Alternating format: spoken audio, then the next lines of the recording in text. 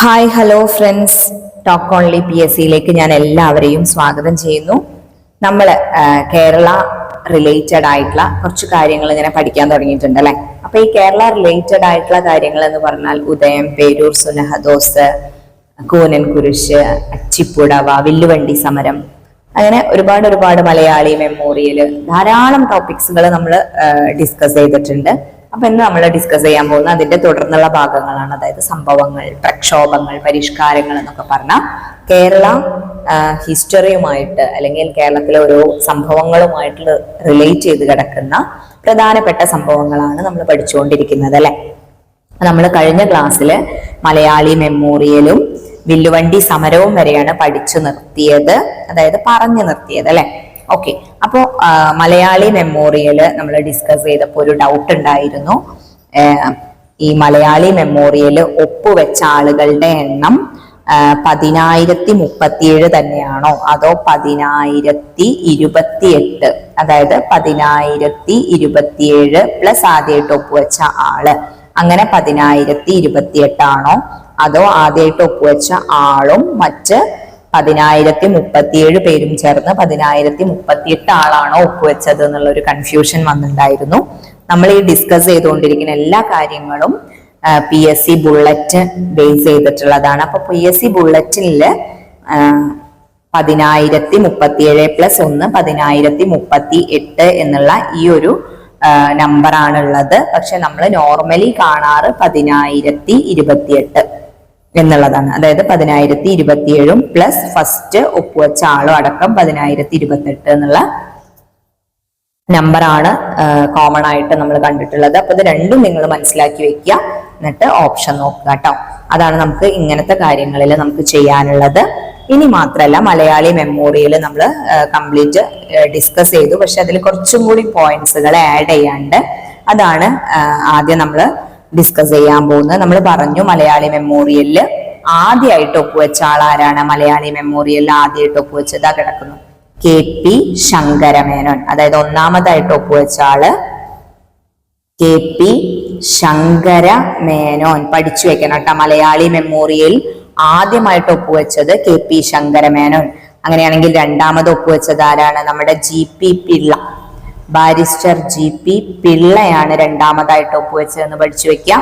മൂന്നാമതായിട്ട് ഒപ്പുവെച്ചതും കൂടി പഠിച്ചു വെക്കുക, ഡോക്ടർ പൽപ്പു. കാരണം എങ്ങനെയാ ചോദിക്കുക, അപ്പൊ ഒന്നാമതായിട്ട് എല്ലാരും പഠിച്ചു വെച്ചിട്ടുള്ള അല്ലെ. അപ്പൊ ഒന്നാമതായിട്ട് ഒപ്പുവെച്ചത് KP ശങ്കരമേനോൻ, രണ്ടാമതായിട്ട് GP പിള്ള, മൂന്നാമതായിട്ട് ഡോക്ടർ പൽപ്പു. ക്ലിയർ ആയല്ലോ? അപ്പൊ ആ ഒരു 3 പേര് അങ്ങനെ തന്നെ ഓർഡറിൽ പഠിച്ചു വെക്കുക, KP Sankara Menon, GP Pillai, doctor Palpu. Okay, അപ്പൊ അത് ക്ലിയർ ആയി. ഇനി അതിൽ നമ്മൾ പഠിച്ചു വെക്കേണ്ട മറ്റൊരു പോയിന്റ് ആണ് ഈ മലയാളി മെമ്മോറിയലിന് ലീഗൽ സപ്പോർട്ട് നൽകിയ ആൾ ആരാണെന്ന്. ലീഗൽ സപ്പോർട്ട്, മലയാളി മെമ്മോറിയലിന് വേണ്ട ലീഗൽ സപ്പോർട്ട് നൽകിയ ഒരാളുണ്ടായിരുന്നു. അദ്ദേഹം ഒരു എഞ്ചിനീയർ ആണ്, ഇംഗ്ലീഷുകാരനാണ്. അദ്ദേഹത്തിന്റെ പേരെന്താണ്? എഡ്ലി നോർട്ടൺ. എന്താണ്? എഡ്ലി നോർട്ടൺ ആണ് മലയാളി മെമ്മോറിയലിന് വേണ്ട ലീഗൽ സപ്പോർട്ട് നൽകിയ ആള്. അപ്പൊ മലയാളി മെമ്മോറിയലിന് ലീഗൽ സപ്പോർട്ട് നൽകിയ ഇംഗ്ലീഷുകാരൻ ആരായിരുന്നു എന്ന് ചോദിച്ചു കഴിഞ്ഞാൽ നമ്മൾ എന്തെഴുതണം? എഡ്ലി നോർട്ടൺ എന്നെഴുതണം. ക്ലിയർ ആയല്ലോ? അപ്പൊ അതങ്ങനെ പഠിച്ചു വെക്കുക. ഇനി അടുത്തത് അതിൽ തന്നെ നമ്മൾ മനസ്സിലാക്കി വെക്കേണ്ട വേറൊരു കാര്യമാണ് ഈ മലയാളി മെമ്മോറിയലുമായി റിലേറ്റ് ചെയ്ത് വരുന്ന നമ്മുടെ സാഹിത്യകാരൻ ആരാണെന്ന്. ഇതിന് സാഹിത്യകാരൻ, അതായത് ഓരോ കാര്യങ്ങൾ വരുമ്പോഴും അതിൽ ഒരുപാട് കൃതികളും അതിനെക്കുറിച്ച് ലേഖനങ്ങളും ആളുകളിൽ എത്തിക്കാൻ വേണ്ടി പല കാര്യങ്ങളൊക്കെ ചെയ്യുന്ന ഒരുപാട് സാഹിത്യകാരന്മാരുണ്ട്. അവര് റിനൈസ മൂവ്മെന്റിൽ ഒരുപാട് ഇൻഫ്ലുവൻസ് ചെയ്തിട്ടുള്ള ആളുകളാണ് അല്ലെ. അപ്പോൾ മലയാളി മെമ്മോറിയലുമായി റിലേറ്റ് ചെയ്ത അത്തരത്തിലെ ലേഖനങ്ങളും ഒക്കെ എഴുതി ഈ ഒരു കാര്യത്തെ വളരെ വിപുലമാക്കി തീർത്ത നമ്മുടെ സാഹിത്യകാരനാണ് ആര്? CV രാമൻ പിള്ള. പഠിച്ചു വെക്കുക, CV രാമൻ പിള്ള. അപ്പൊ മലയാളി മെമ്മോറിയലുമായി റിലേറ്റ് ചെയ്ത് വരുന്ന സാഹിത്യകാരൻ ആരാണെന്ന് ചോദിച്ചാൽ CV രാമൻ പിള്ളയാണ്. മിതഭാഷയിലാണ് അദ്ദേഹം ലേഖനങ്ങൾ എഴുതിയിരുന്നത്. മിതഭാഷി പഠിച്ചില്ല? ഇനി നമ്മൾ പത്രങ്ങളിലേക്കൊക്കെ കടക്കുമ്പോൾ ഇതൊക്കെ കടന്നു വരൂട്ട. മിതഭാഷയിലാണ് ഇദ്ദേഹം എന്ത് ചെയ്തിരുന്നത്? അദ്ദേഹം മിതഭാഷയില് ലേഖനങ്ങൾ എഴുതി. Okay, clear. അപ്പോ മലയാളി മെമ്മോറിയലുമായിട്ട് റിലേറ്റ് ചെയ്ത് വരുന്ന സാഹിത്യകാരൻ ആരാണെന്ന് ചോദിച്ചാൽ CV രാമൻ പിള്ളയാണ്. മിതഭാഷയിൽ അദ്ദേഹം ലേഖനങ്ങൾ എഴുതി. അദ്ദേഹം എഴുതിയ ലേഖനങ്ങൾ ഏത് പേരിലായിരുന്നു? വിദേശ മേധാവിത്വം. ക്ലിയർ? വിദേശ മേധാവിത്വം. അപ്പൊ മിതഭാഷയില് വിദേശ മേധാവിത്വം എന്ന പേരില് ആര് ലേഖനങ്ങൾ എഴുതിയിട്ടുണ്ട്? നമ്മുടെ CV രാമൻ പിള്ള. എന്തുമായി റിലേറ്റ് ചെയ്തിട്ടാണ്? മലയാളി മെമ്മോറിയലുമായിട്ട് റിലേറ്റ് ചെയ്തിട്ടാണ്. ക്ലിയർ?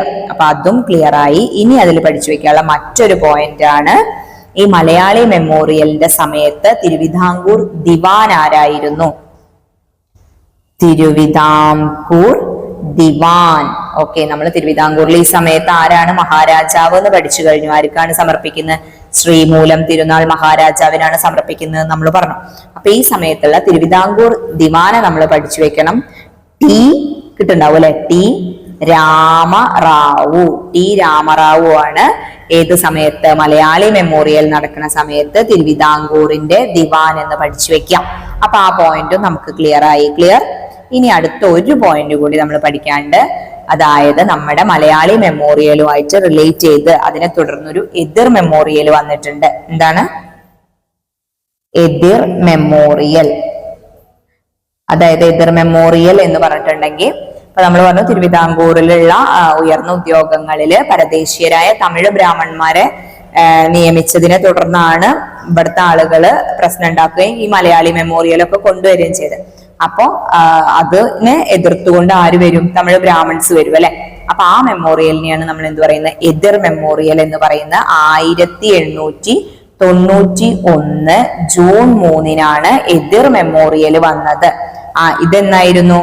1891 ജനുവരി 1 എന്ത് വന്നത്?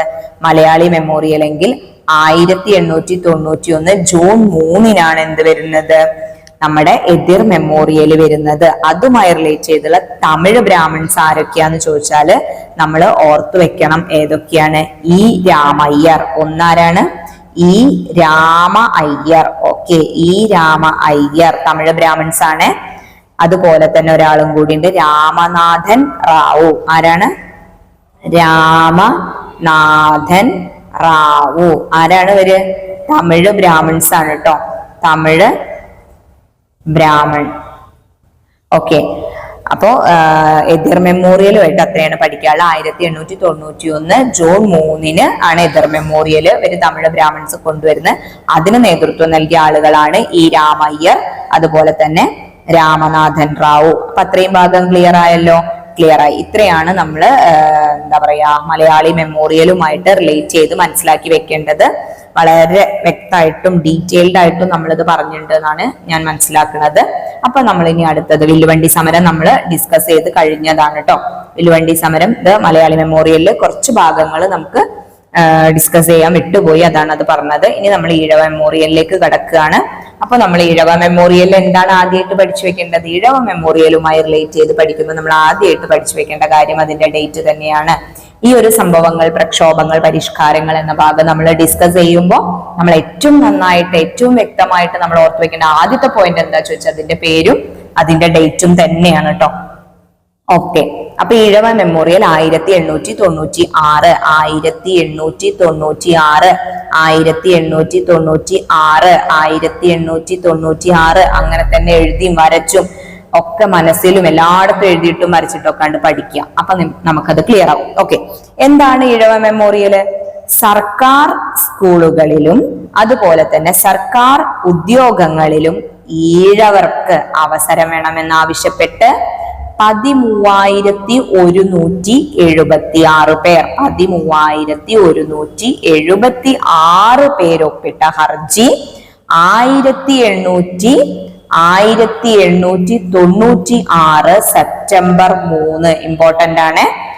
ഡോക്ടർ പൽപ്പുവിന്റെ നേതൃത്വത്തിൽ തിരുവിതാംകൂർ മഹാരാജാവിന് സമർപ്പിച്ചു. ആരാണ് തിരുവിതാംകൂർ മഹാരാജാവ്? നമ്മുടെ ശ്രീമൂലം തന്നെയാണ് കേട്ടോ. ശ്രീമൂലം തിരുനാൾ മഹാരാജാവ് തന്നെയാണ്. ആ സമയത്തും അപ്പോൾ സർക്കാർ ഉദ്യോഗങ്ങളിലും അതുപോലെ തന്നെ സർക്കാർ സ്കൂളുകളിലൊക്കെ ഈഴവർക്ക് അവസരം വേണമെന്ന് ആവശ്യപ്പെട്ടുകൊണ്ട് 13,176 പേര് ഒപ്പിട്ട ഹർജി 1896 സെപ്റ്റംബർ 3 ഡോക്ടർ പൽപുവിന്റെ നേതൃത്വത്തിൽ അന്നത്തെ തിരുവിതാംകൂർ മഹാരാജാവായ ശ്രീമൂലം തിരുനാളിന് സമർപ്പിച്ചു. ഇതാണ് ഈഴവ മെമ്മോറിയൽ എന്ന പേരിൽ അറിയപ്പെടുന്നത്. ഇത്രയും ഭാഗം ക്ലിയർ ആയല്ലോ. പക്ഷെ എന്താണ്ടായി, ഹർജിയിലെ ആവശ്യങ്ങൾ ദിവാൻ ശങ്കര സുബ്ബയ്യർ നിരസിച്ചു. അപ്പോ ഈഴവ മെമ്മോറിയലിന്റെ സമയത്ത് ദിവാൻ ആരാണ്? ശങ്കര സുബ്ബയ്യരാണ്. മറ്റേ സമയത്ത് ആരായിരുന്നു? മലയാളി മെമ്മോറിയലിന്റെ സമയത്ത് ടി രാമറാവു ആയിരുന്നു അല്ലെ. ഓക്കെ, ഈഴവ മെമ്മോറിയലിന്റെ സമയത്ത് ദിവാൻ ശങ്കര സുബ്ബയ്യർ ആയിരുന്നു. അദ്ദേഹം ഈഴവ മെമ്മോറിയലിൽ അല്ലെങ്കിൽ ഈ ഹർജിയിൽ പറഞ്ഞ ആവശ്യങ്ങള് നിരസിക്കുക അല്ലെങ്കിൽ തള്ളിക്കളയാണ് ചെയ്തത്. എന്തുണ്ടായി തുടർന്ന്? അതിനാൽ മറ്റൊരു ഹർജി വൈസ്രോയി കഴ്സൺ പ്രഭു 1900 തിരുവിതാംകൂർ സന്ദർശിച്ചപ്പോ സമർപ്പിച്ചു. അപ്പൊ ഇത് നമ്മുടെ രാജാവ് അല്ലെങ്കിൽ അദ്ദേഹത്തിന്റെ കാലത്ത് തിരുവിതാംകൂർ ദിവാനായിരുന്ന ശങ്കര സുബ്ബയ്യ നിരസിച്ചതിനെ തുടർന്ന് ഇവരിത് അവസാനിപ്പിച്ചില്ല. അപ്പോ വൈസ്രോയി ആയിരുന്ന കഴ്സൺ പ്രഭു, അന്ന് ആ സമയത്ത് വൈസ്രോയി ആയിരുന്ന കഴ്സൺ പ്രഭു 1900 തിരുവിതാംകൂർ സന്ദർശിക്കുകയുണ്ടായി. ആ സമയത്ത് എന്ത് ചെയ്തു? ഈ ഒരു നമ്മുടെ ഈഴവ മെമ്മോറിയല് കഴ്സൺ പ്രഭുവിന് സമർപ്പിച്ചിട്ടുണ്ടായിരുന്നു. പക്ഷെ അദ്ദേഹം എന്ത് പറഞ്ഞു? നാട്ടുരാജ്യങ്ങളിലെ ചെറിയ കാര്യങ്ങളിൽ ഇടപെടാൻ ബ്രിട്ടന് താല്പര്യം ഇല്ലെന്ന നിലപാടാണ് കഴ്സൺ പ്രഭു സ്വീകരിച്ചത്. അതായത് നാട്ടുരാജ്യങ്ങളിലെ ചെറിയ ചെറിയ കാര്യങ്ങളിൽ ഇടപെടാൻ ബ്രിട്ടന് താല്പര്യമില്ല എന്നൊരു നിലപാടാണ് അദ്ദേഹം സ്വീകരിച്ചത്. 1900 ഈഴവ മെമ്മോറിയൽ എന്ന പേരിൽ ആണ് ഈ ഹർജി അറിയപ്പെട്ടത്. അപ്പൊ അത്രയും കാര്യങ്ങളാണ് ഈഴവ മെമ്മോറിയലുമായിട്ട് റിലേറ്റ് ചെയ്ത് നമ്മൾ മനസ്സിലാക്കി വെക്കേണ്ടത്. ഇതിനി പ്രത്യേകിച്ച് പറയാനൊന്നുമില്ലല്ലോ. അപ്പൊ ഇതിലത്തെ ഡേറ്റും ഇതിലത്തെ നമ്പേഴ്സുകളും ആളുകളെ പേരൊക്കെ അങ്ങോട്ട് നന്നായിട്ട് പഠിച്ചു വെക്കാം. വളരെ സിമ്പിൾ ആയിട്ടുള്ള ടോപ്പിക്കിലൂടെയാണ് നമ്മൾ കടന്നു പോകുന്നത്. വളരെ സിമ്പിൾ ആയിട്ട് നിങ്ങൾക്ക് തോന്നാം, പക്ഷെ എല്ലാം കൂടി പഠിച്ചു കഴിയുമ്പോൾ ഇതിന്റെ ഇടയിൽ നിന്ന് എന്തെങ്കിലുമൊക്കെ പെറുക്കി ചോദിക്കുമ്പോൾ നമുക്ക് കിട്ടും. പക്ഷെ അത്രയും ആക്യുറേറ്റ് ആവണമെങ്കിൽ നമ്മൾ അത്രയും തവണ റിവൈസ് ചെയ്യണം. ഓക്കെ, അപ്പൊ നമ്മൾ നെക്സ്റ്റ് ഒരു ടോപ്പിക്കും കൂടി ഇന്ന് ഡിസ്കസ് ചെയ്യാന്ന് വിചാരിക്കുന്നു. അയ്യങ്കാളിയുടെ കർഷക സമരം വളരെ ഇമ്പോർട്ടന്റ് ആണ് കേട്ടോ. എപ്പോഴും ചോദ്യങ്ങൾ കാണാറുണ്ട്. തിരിച്ചും മറച്ചും കിഴിച്ചും എന്നൊക്കെ പറയുന്ന പോലെ എപ്പോഴും ചോദ്യങ്ങൾ അയ്യങ്കാളിയുമായി റിലേറ്റ് ചെയ്ത് അദ്ദേഹത്തിന്റെ സമരങ്ങളുമായി റിലേറ്റ് ചെയ്ത് അല്ലെങ്കിൽ അതിലെ പ്രത്യേക ടേംസുകളൊക്കെ എടുത്ത് പറഞ്ഞുകൊണ്ട് ചോദിക്കാറുണ്ട്. അപ്പൊ അത് നിങ്ങൾ നന്നായിട്ട് പഠിച്ചു വെക്കാം. ഓക്കെ, അപ്പൊ അയ്യങ്കാളിയുടെ കർഷക സമരം നടക്കുന്ന ഡേറ്റ് 1909 ആണ്. വളരെ ഇമ്പോർട്ടന്റ് ആയിട്ട് പഠിച്ചു വെക്കുക. 1909 അയ്യങ്കാളിയുടെ കർഷക സമരം നടക്കുന്നത്. ക്ലിയർ ആയല്ലോ? അയ്യങ്കാളിയുടെ കർഷക സമരം നടക്കുന്നത് 1909. ഓക്കെ, നോക്കാം. അയ്യങ്കാളിയുടെ നേതൃത്വത്തിൽ തിരുവിതാംകൂറിലെ ആദ്യത്തെ സംഘടിത കർഷക സമരം ആരംഭിച്ച വർഷം അങ്ങനെ തന്നെ എടുത്തു ചോദിക്കാം. അതായത് തിരുവിതാംകൂറിലെ ആദ്യത്തെ സംഘടിത കർഷക സമരം ആരംഭിച്ച വർഷം എന്നാണെന്ന് ചോദിച്ചാൽ 1909 എഴുതാൻ കിട്ടണം. തിരുവിതാംകൂറിലെ ആദ്യത്തെ സംഘടിത കർഷക സമരം ആരംഭിച്ചത് ആരുടെ നേതൃത്വത്തിലാണ് എന്ന് ചോദിച്ചാൽ അയ്യങ്കാളി എന്ന് എഴുതാൻ കിട്ടണം. ഓക്കെ, അപ്പൊ അതാണ് ആ ഒരു പറഞ്ഞ ഡിസ്കസ് ചെയ്ത ഭാഗത്ത് നമുക്ക് പഠിച്ചു വെക്കാനുള്ള 2 പോയിന്റ്സ്. ഓക്കെ, നെക്സ്റ്റ്, അവശ്യ വിഭാഗങ്ങൾക്ക് സ്കൂൾ പ്രവേശനം അനുവദിക്കണമെന്ന അപേക്ഷയുമായിട്ട് അയ്യങ്കാളി തിരുവിതാംകൂർ ദിവാനെ സമീപിച്ചു. എന്താണ്? അവശ്യ വിഭാഗങ്ങൾക്ക് സ്കൂൾ പ്രവേശനം അനുവദിക്കണമെന്ന അപേക്ഷയുമായിട്ട് അയ്യങ്കാളി തിരുവിതാംകൂർ ദിവാനെ സമീപിച്ചു. എന്നാൽ 1907 തന്നെ സർക്കാർ അങ്ങനെ ഒരു ഉത്തരവ് നൽകിയിട്ടുണ്ടെന്ന മറുപടിയാണ് അയ്യങ്കാളിക്ക് ലഭിച്ചത്. എന്താണ് അയ്യങ്കാളിയുടെ ആവശ്യം? അവശ്യവിഭാഗങ്ങളിലുള്ള കുട്ടികൾക്ക് സ്കൂൾ പ്രവേശനം അനുവദിക്കണം എന്ന്. ഈ ഒരു അപേക്ഷയുമായിട്ട് അയ്യങ്കാളി അന്നത്തെ തിരുവിതാംകൂർ ദിവാനെ സമീപിച്ചപ്പോ അവിടെ നിന്ന് കിട്ടിയ ഉത്തരവ് എന്താണ്? 1907 മുതൽ അങ്ങനെ ഒരു ഉത്തരവ് ഇറക്കിയിട്ടുണ്ട് അത്ര. പക്ഷെ ഇതുവരെ ഇവർക്ക് അത് കിട്ടിയിട്ടില്ല. ഒന്ന് ആലോചിച്ച് നോക്കൂ. ഈ ഉത്തരവ് പൂഴ്ത്തി വെച്ചിരിക്കുകയാണെന്ന് മനസ്സിലാക്കി അയ്യങ്കാളിയും സംഘവും സ്കൂൾ അധികൃതരെ സമീപിച്ച് വിദ്യാലയ പ്രവേശം ആവശ്യപ്പെട്ടു. ഓക്കെ, എന്നാൽ കർഷക തൊഴിലാളികളായ അയിത്തജാതി കുട്ടികളെ ഉയർന്ന സമുദായത്തിലെ കുട്ടികൾക്കൊപ്പം ഇരുത്തി പഠിപ്പിക്കാനാവില്ല എന്ന് എന്ത് പറഞ്ഞു? അധികൃതർ പറഞ്ഞു. അപ്പൊ അയ്യങ്കാളി ഉത്തരവും കൊണ്ട് സ്കൂൾ അധികൃതരെ സമീപിച്ചപ്പോ അവിടുന്ന് എന്താ പറഞ്ഞത്? അയിത്തജാതിക്കാരായ കുട്ടികളെ, അതായത് കർഷക തൊഴിലാളികളായ അയിത്തജാതി കുട്ടികളെ ഉന്നത സമുദായത്തിലുള്ള കുട്ടികളുടെ കൂടെ ഇരുത്തി പഠിപ്പിക്കാൻ പറ്റില്ല എന്ന് അവിടത്തെ അധ്യാപകര് അല്ലെങ്കിൽ സ്കൂൾ അധികൃതര് അങ്ങനത്തെ ഒരു നിലപാടാണ് എടുത്തത്. ക്ലിയർ? ഇതിൽ പ്രതിഷേധിച്ച് തങ്ങളുടെ കുഞ്ഞുങ്ങളെ പള്ളിക്കൂടങ്ങളിൽ പ്രവേശിപ്പിച്ചില്ലെങ്കിൽ ഞങ്ങൾ പാടത്തിറങ്ങി പണി ചെയ്യാനും ഇല്ല എന്ന് അയ്യങ്കാളി പ്രഖ്യാപിച്ചു. ഞങ്ങളുടെ കുഞ്ഞുങ്ങളെ പഠിപ്പിച്ചില്ലെങ്കിൽ കാണായ പാടങ്ങളിലെല്ലാം മുടിപ്പുല്ല് കുരിപ്പിക്കും. ഈ മുദ്രാവാക്യം ഏതുമായി ബന്ധപ്പെട്ടതാണെന്ന് ചോദിക്കാറുണ്ട്. 1909 തിരുവിതാംകൂറിലെ ആദ്യത്തെ സംഘടിത കർഷക സമരം അയ്യങ്കാളിയുടെ നേതൃത്വത്തിൽ നടക്കുകയുണ്ടായി. അതിലുയർന്നു വന്ന മുദ്രാവാക്യമാണെന്ത്? ഞങ്ങളുടെ കുഞ്ഞുങ്ങളെ പഠിപ്പിച്ചില്ലെങ്കിൽ കാണായ പാടങ്ങളിലെല്ലാം മുടിപ്പുല്ല് കുരിപ്പിക്കും. ക്ലിയർ ആയല്ലോ? അങ്ങനെ ഈ ഒരു മുദ്രാവാക്യവുമായി നടത്തിയ അതായത് സമരം പിന്നാക്ക വിഭാഗങ്ങളിൽ ഏറ്റവും ആവേശമുളവാക്കി. ക്ലിയർ? അപ്പൊ എന്താണ്ടായത്? തുടർന്ന് കർഷക തൊഴിലാളികൾ ഒറ്റക്കെട്ടായി അയ്യങ്കാളിക്കു പിന്നിൽ അണിനിരന്നു. ജന്മിമാർ മർദ്ദനമുറകളിലൂടെ സമരത്തെ അമർത്താൻ ശ്രമിച്ചു. അപ്പൊ ജന്മിമാരൊന്നും വെറുതെ ഇരുന്നില്ല, അവരും എന്ത് ചെയ്തു? മർദ്ദനമുറകളിലൂടെ ഈ സമരത്തെ ഇല്ലാണ്ടാക്കാൻ ശ്രമിച്ചു. എന്നാൽ സമരം ശക്തമാകുകയാണ് ഉണ്ടായത്.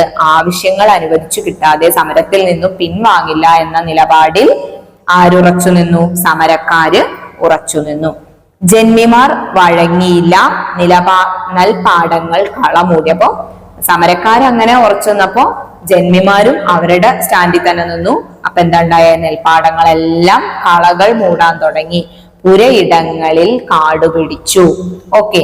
കർഷക തൊഴിലാളികളുടെ തൊഴിലില്ലായ്മ പരിഹരിക്കുന്നതിന് അയ്യങ്കാളി വിഴിഞ്ഞത്തെത്തി മത്സ്യത്തൊഴിലാളികളുമായി ബന്ധപ്പെട്ടപ്പോ കർഷക തൊഴിലാളികൾ തൊഴിലില്ലാതിരിക്കുകയാണ്, അവർക്ക് ബുദ്ധിമുട്ടുകളും പ്രശ്നങ്ങളും ഉണ്ട് എന്ന് വെച്ചാൽ അവര് ഈ സമരത്തുനിന്ന് പിന്മാറാൻ തയ്യാറല്ല, അതായത് കൃഷി ചെയ്യാൻ തയ്യാറല്ല. പകരം അതിനൊരു സൊല്യൂഷൻ വേണമല്ലോ അല്ലെ? അപ്പൊ എന്ത് ചെയ്തു? കർഷക തൊഴിലാളികളുടെ തൊഴിലില്ലായ്മ പരിഹരിക്കുന്നതിന് വേണ്ടി അയ്യങ്കാളി വിഴിഞ്ഞത്താണ് കേട്ടോ വന്ന് വിഴിഞ്ഞത്തെത്തി മത്സ്യത്തൊഴിലാളികളുമായി ബന്ധപ്പെട്ടു. തൊഴിലില്ലായ്മ ഭാഗികമായി പരിഹാരമുണ്ടായി. തൊഴിലില്ലായ്മയ്ക്ക് ഭാഗികമായി പരിഹാരമുണ്ടായി. അതുപോലെ തന്നെ കാർഷിക രംഗത്തെ സ്തംഭനാവസ്ഥ ഒഴിവാക്കണമെന്ന് ആവശ്യപ്പെട്ടുകൊണ്ട് സാധുജന പരിപാലന സംഘം ദിവാന് നിവേദനം സമർപ്പിച്ചു. അപ്പൊ മത്സ്യത്തൊഴിലാളികളുടെ അവിടെ പോയിട്ട് കുറച്ചൊക്കെ ജോലി കിട്ടിയപ്പോ തൊഴിലില്ലായ്മയ്ക്ക് ഭാഗികമായിട്ടുള്ള ഒരു പരിഹാരം ഉണ്ടായി. തുടർന്ന് എന്തുണ്ടായി? കർഷക രംഗത്തെ സ്തംഭനാവസ്ഥ ഒഴിവാക്കണമെന്ന് ആവശ്യപ്പെട്ടുകൊണ്ട് സാധുജന പരിപാലന സംഘമാണ് കേട്ടോ പഠിക്കണം. അയ്യങ്കാളിയുമായി റിലേറ്റ് ചെയ്ത് അദ്ദേഹത്തെ കുറിച്ച് പഠിക്കുമ്പോൾ നമ്മൾ ആ സംഘടനയെ കുറിച്ച് വളരെ ഡീറ്റെയിൽഡ് ആയിട്ട് പഠിക്കും. അപ്പൊ ഈ സാധുജന പരിപാലന സംഘമാണ് ദിവാന് നിവേദനം സമർപ്പിച്ചത്. തുടർന്ന് സർക്കാർ മധ്യസ്ഥതയിൽ ഇരുവിഭാഗങ്ങളുമായി നടന്ന ചർച്ചയുടെ ഫലമായി സഞ്ചാര സ്വാതന്ത്ര്യം, സ്കൂൾ പ്രവേശം, തൊഴിലാളികൾക്ക് കൂടുതൽ കൂലി എന്നിവയിൽ അനുകൂലമായ നിലപാട് സ്വീകരിക്കാമെന്ന് ജന്മിമാർ സമ്മതിച്ചു. അപ്പൊ 1909 അയ്യങ്കാളിയുടെ നേതൃത്വത്തിൽ തിരുവിതാംകൂറിൽ നടന്ന ആദ്യത്തെ സംഘടിത കർഷക സമരവുമായി ബന്ധപ്പെട്ട് അല്ലെങ്കിൽ അതിന്റെ അനന്തര ഫലമായിട്ട് ഇവർക്ക് അനുവദിച്ചു കിട്ടിയ റൈറ്റ്സുകൾ എന്തൊക്കെയാന്ന് ചോദിച്ചു കഴിഞ്ഞാൽ വളരെ വ്യക്തമായിട്ട് പോയിന്റ് ബൈ പോയിന്റ് നിങ്ങൾക്ക് ഓർമ്മ വേണം. 1 സഞ്ചാര സ്വാതന്ത്ര്യം, 2 സ്കൂൾ പ്രവേശം, 3 തൊഴിലാളികൾക്ക് കൂടുതൽ കൂലി എന്നിവയിൽ അനുകൂലമായ നിലപാട് സ്വീകരിക്കാൻ ജന്മിമാർ സമ്മതിച്ചു. അങ്ങനെ 1 കൊല്ലം നീണ്ടുനിന്ന സമരം തീർന്നു. 1 കൊല്ലാണ് കേട്ടോ ആ സമരം നീണ്ടു നിന്നത്. ഓർത്ത് വെക്കട്ടോ അതൊക്കെ. കാരണം ജസ്റ്റ് ഒരു ഫാക്ട് പഠിക്കുന്ന പോലെയല്ല, നമ്മള് ഇതൊക്കെ കൂടി ഈ ഫാക്ടുകളൊക്കെ കൂടി ചേർത്തിട്ടാണ് നമുക്കൊരു റീസണിങ് ടൈപ്പ് ക്വസ്റ്റ്യൻ ചോദിക്കുക അല്ലെ. അപ്പൊ അതില് ABCD ഓപ്ഷനിൽ ഇങ്ങനെയൊക്കെ ചോദിക്കും. 1 കൊല്ലം നീണ്ടു നിന്നോ അങ്ങനെയൊക്കെ ചോദിച്ചു കഴിഞ്ഞാൽ കിട്ടണം. ഈ സഞ്ചാര സ്വാതന്ത്ര്യം, സ്കൂൾ പ്രവേശം, തൊഴിലാളികൾക്ക് കൂടുതൽ കൂലി, ഇതൊക്കെയാണ് അനുവദിച്ചു കിട്ടിയത്. അങ്ങനെയൊക്കെ നമ്മൾ മനസ്സിലാക്കണം. ഏത് സംഘാണ്? സാധുജന പരിപാലന സംഘാണ് നിവേദനം സമർപ്പിച്ചത്. Okay, clear.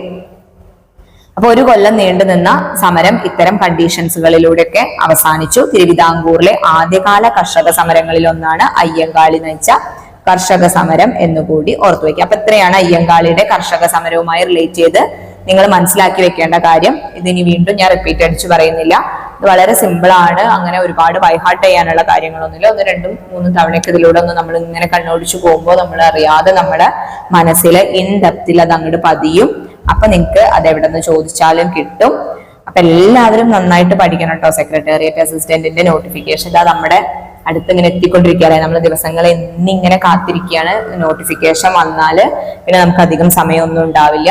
അധികം സമയം ഉണ്ടാവില്ലെങ്കിൽ ഒരു 4 monthsേ നമുക്ക് മുന്നിൽ കാണാൻ പറ്റുള്ളൂ. പിന്നെ നമുക്ക് റിവിഷൻ വേണ്ടേ. അപ്പൊ നിങ്ങൾ പഠിക്കുന്ന കാര്യങ്ങൾ ഇപ്പൊ തന്നെ റിവൈസ് ചെയ്യാനും സമയം കണ്ടെത്തണം. ഒരു 5 days പഠിക്കുക. പിന്നെ വരുന്ന ഒരു 2 days എന്ത് ചെയ്യണം? നിങ്ങൾ 5 days പഠിക്കുക, 2 days റിവിഷൻ ചെയ്യാം. വീണ്ടും അടുത്ത 5 days പഠിക്കുക, 2 days റിവിഷൻ ചെയ്യാം. ആ ഒരു പാറ്റേണിൽ തന്നെ പോവാം. നിങ്ങൾ വിചാരിക്കും ആ 2 ദിവസം കൊണ്ട് വേറെ പഠിച്ചുകൂടെ? അങ്ങനെയൊന്നും പഠിച്ച് തകർക്കാനോ മറക്കാനോ ഒന്നും പറ്റില്ല. അങ്ങനെ മറക്കാനൊക്കെ പറ്റും, പക്ഷെ അങ്ങനെ മറിച്ചതൊന്നും നമുക്ക് ഓർത്തെടുക്കാൻ പറ്റില്ല. അപ്പൊ നമ്മള് കണ്ടിന്യൂസ് ആയിട്ട് പഠിക്കണം, കൺസിസ്റ്റന്റ്ലി അത് നിലനിർത്തി കൊണ്ടുപോകണം. അതേപോലെ തന്നെ റിവിഷൻ ടെക്നിക്സുകൾ ഏറ്റവും എഫക്റ്റീവ് ആയിട്ട് യൂസ് ചെയ്യണം. എനിക്ക് പറയാനുള്ളത്, നമ്മൾ കുറച്ച് ഇങ്ങനെ പഠിച്ച് നമ്മുടെ ആ ഒരു നോളജ് കൂടി വരുമ്പോൾ നമുക്ക് തന്നെ അറിയാതൊരു കോൺഫിഡൻസ് ഉണ്ടാവും. ആ ഒരു കോൺഫിഡൻസ് വന്നു കഴിഞ്ഞാൽ പിന്നെ നിങ്ങൾക്ക് പഠിച്ചു തീർക്കാനുള്ള കാര്യങ്ങളും അതിന്റെ സ്പീഡൊക്കെ വളരെ ഫാസ്റ്റ് ആക്കാൻ പറ്റും. അപ്പൊ ആ കോൺഫിഡൻസിലേക്ക് ആദ്യം നമ്മളെ തന്നെ എത്തിക്കുക എന്നുള്ളതാണ് നമ്മൾ നമ്മുടെ സ്റ്റഡീസിൽ ഫസ്റ്റ് ചെയ്യേണ്ട ഒരു കാര്യം. നിങ്ങൾ നല്ല കോൺഫിഡന്റ് ആയിരിക്കുക. സെൽഫ് കോൺഫിഡൻസ് ആണ് എപ്പോഴും വേണ്ടത്. എനിക്ക് പറ്റുന്ന ഒരു 10 പ്രാവശ്യം ദിവസം പറഞ്ഞുകൊണ്ടിരിക്കുക, 20 പ്രാവശ്യം പറയാം, 30 പ്രാവശ്യം. എപ്പോഴൊക്കെയാണ് നിങ്ങൾ ബ്രേക്ക് എടുക്കുന്ന ആ സമയത്തൊക്കെ എനിക്കിത് പഠിച്ചു തീർക്കാൻ പറ്റും, എനിക്ക് പഠിച്ചു തീർക്കാൻ പറ്റുമെന്ന് മാത്രമല്ല എനിക്കിത് ഓർത്തു വെക്കാൻ പറ്റും. അതുപോലെ എനിക്ക് എക്സാം നല്ല റാങ്കോട് കൂടി ക്ലിയർ ചെയ്ത് നല്ലൊരു ഈ ഒരു സർവീസിൽ കയറാൻ പറ്റും. അത് ഇടയ്ക്കിടയ്ക്ക് നമ്മൾ നമ്മുടെ മനസ്സിനെ തന്നെ ബോധ്യപ്പെടുത്തിക്കൊണ്ടിരിക്കുക. അപ്പൊ എന്തുണ്ടാവും? അപ്പൊ നിങ്ങൾക്ക് അവിടെ എത്തും. ഞാൻ പറഞ്ഞില്ലേ, ലോ ഓഫ് അട്രാക്ഷന്റെ ഒക്കെ തിയറീസ് നമ്മൾ കേൾക്കുമ്പോൾ നമുക്ക് ആദ്യം ഇത് വളരെ വെറുതെ ആളുകൾ പറയുന്നതെന്ന് തോന്നും. അല്ല, ഈ ഉന്നത ലെവലിലെത്തിയ ആളുകളെല്ലാം അറിഞ്ഞോ അറിയാതെയോ അവർക്ക് ലോ ഓഫ് അട്രാക്ഷൻ തിയറി അറിയുന്നൊന്നല്ല അവർ പറയുന്നത്. പക്ഷെ അവരുടെ തോട്ട് പ്രോസസ് അങ്ങനെ ആയിരുന്നു എന്നാണ് പറയുന്നത്. റിസർച്ചുകളിലൂടെ ഒക്കെ അങ്ങനെയാണ് പറയുന്നത്. അപ്പൊ അതുകൊണ്ട് നമ്മളും ട്രൈ ചെയ്ത് നോക്കാം. വേറെ എഫേർട്ട് ഒന്നും ഇല്ലല്ലോ. എനിക്ക് പറ്റും, എനിക്ക് കിട്ടും എന്ന് നമ്മളെ തന്നെ വിശ്വസിപ്പിക്കാൻ ഒരു 2 പ്രാവശ്യം പറയുന്നതിന് നമ്മൾ വേറെ ചെലവും ഇല്ല, അതിനുവേണ്ടി വേറെ അധ്വാനവും ഇല്ല, എനർജി ഒന്നും വേസ്റ്റ് ചെയ്യേണ്ട കാര്യമില്ലല്ലോ. നമ്മളെ മൈൻഡിനെ അത് അങ്ങനെ പറഞ്ഞു പഠിപ്പിക്കല്ലേ. മൈൻഡിലൂടെ ഒരുപാട് തോട്ട്സുകൾ കടന്നു, ചീത്തതും നല്ലതും പോസിറ്റീവ് നെഗറ്റീവ്സ് ഒക്കെ ആയിട്ടുള്ള. നെഗറ്റീവ്സിനെ ഒഴിവാക്കുക. നെഗറ്റീവ് വരുമ്പോൾ നമ്മളിത് ആലോചിച്ചുകൊണ്ടിരിക്കുക, എനിക്ക് കിട്ടുമോ എന്നുള്ള ഭയം ഒഴിവാക്കിയിട്ട് അങ്ങനെ തോന്നുന്ന സമയത്ത് എനിക്ക് കിട്ടും, ഞാൻ നല്ല റാങ്കിൽ കയറും എന്ന് പറഞ്ഞാൽ ആ പോസ്റ്റൊക്കെ ഒന്ന് സ്വപ്നം കാണാം, ആ സീറ്റിൽ ഇരിക്കുന്നത് സ്വപ്നം കാണാം. അപ്പൊ നമ്മൾ അവിടെ എത്തോളൂ. ഷുവറാണ്. നിങ്ങളൊന്ന് ട്രൈ ചെയ്ത് നോക്കൂ. ട്രൈ ചെയ്യാൻ പൈസ ഒന്നും കൊടുക്കണ്ടല്ലോ അല്ലെ. അപ്പൊ എല്ലാവരും നന്നായി പഠിക്കുന്നു വിശ്വസിക്കുന്നു. എല്ലാവർക്കും നല്ല റാങ്ക് കിട്ടും എന്ന് പറഞ്ഞു കഴിഞ്ഞാല് എനിക്കറിയില്ല. എല്ലാവർക്കും നല്ല റാങ്ക് കിട്ടാൻ പറ്റില്ലല്ലോ അല്ലെ. ഏറ്റവും കൂടുതൽ പ്രിപ്പയർ ചെയ്യുന്ന, ഏറ്റവും കൂടുതൽ നന്നായിട്ട് എഫേർട്ട് എടുക്കുന്ന ആൾക്ക് തന്നെയാണല്ലേ കിട്ടേണ്ടത് ആക്ച്വലി. അപ്പൊ നമ്മളുടെ ഭാഗത്ത് നിന്ന് ചിന്തിക്കുമ്പോൾ ഞാൻ എഫേർട്ട് എടുത്തിട്ടുണ്ടെന്ന് തോന്നണം. ആ തോന്നൽ ഉണ്ടാവണമെങ്കിൽ നമ്മൾ അതിനു വേണ്ടി സമയം കണ്ടെത്തണം. ഓരോ ദിവസം ഇത്ര മണിക്കൂറൊക്കെ എന്തായാലും പഠിക്കണം. അത് ഇങ്ങനെ ഗ്രാജുവലി ഇൻക്രീസ് ചെയ്ത് വരണം. കുറയ്ക്കല്ല വേണ്ടത്, കൂടി വരികയാണ് വേണ്ടത്. അപ്പൊ നിങ്ങൾ പോകുന്നത് ശരിയായ ഒരു ഗ്രാഫിലൂടെയാണെന്ന് നിങ്ങൾക്ക് മനസ്സിലാവും. ഓക്കെ, അപ്പൊ എല്ലാവരും നന്നായി പഠിക്കാം. എല്ലാവർക്കും നന്നായി പഠിക്കാൻ പറ്റട്ടെ. എല്ലാവരും ഹാപ്പി ആയിരിക്കാം. Thank you.